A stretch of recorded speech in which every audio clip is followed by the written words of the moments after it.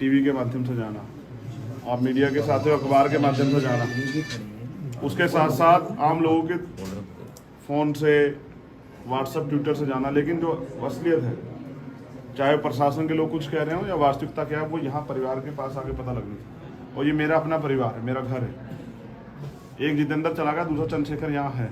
ये विश्वास दिलाने कि आप वो नहीं गया, वो यहीं है आपके सामने। मैं यहाँ आया अपने परिवार के आंसू पूछने के लिए। यहाँ अन्याय हुआ है और अगर प्रशासन इस बात को नकार रहा है कि मूछ का मामला नहीं है, ये सब चीज़ें झूठ है, पुरानी कोई रंजिश थी, ये सब झूठ है।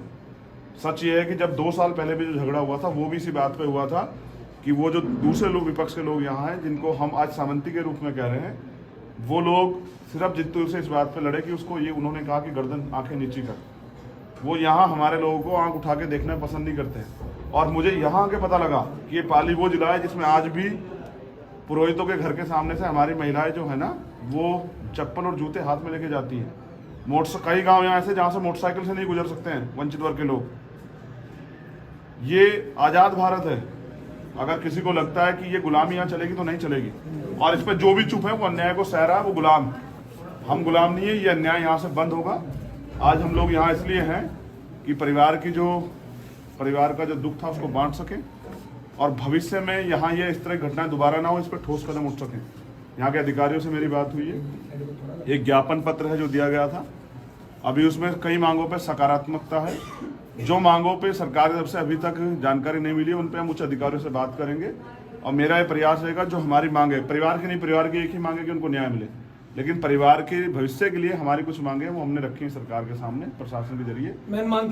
मेन मांग ये है कि सबसे पहले परिवार की सुरक्षा व्यवस्था सुनिश्चित हो, उनको लाइसेंस दिए जाएं, क्योंकि ये तो बहुत सारे लोग तो सह रहे हैं, ये परिवार नहीं सह पा रहा था, इसने सामना किया तो इनको अपने बच्चे की जान खोनी पड़ी।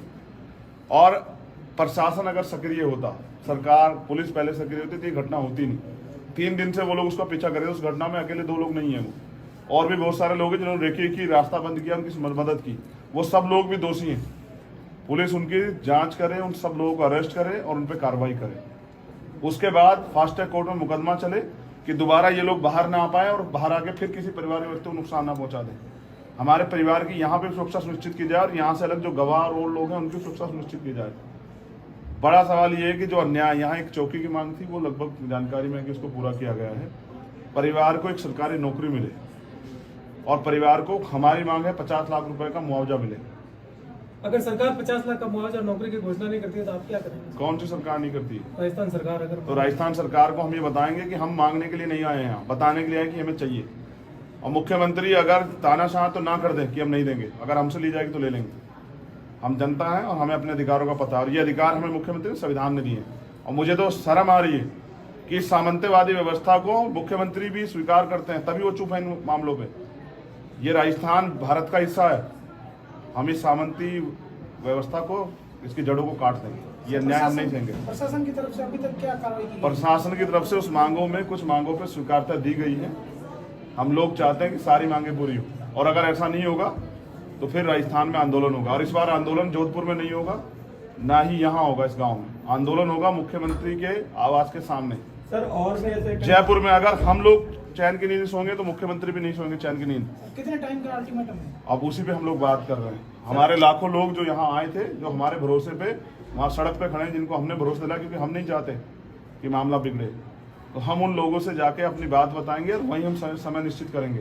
सर, एक और सवाल था कि आजकल धार्मिक जो मेले होते हैं जिसमें सतीश कौम के लोग आते हैं, लेकिन जब बात वहाँ खाने पीने की होती है तो उनके अलग से व्यवस्था होती है और अन्य समाज के लिए अलग से होती है। क्या वो ऐसा ये नहीं होगा? हम चुनावी हिंदू हैं, सिर्फ हम लोग जो हैं वो सिर्फ चुनावी हिंदू हैं।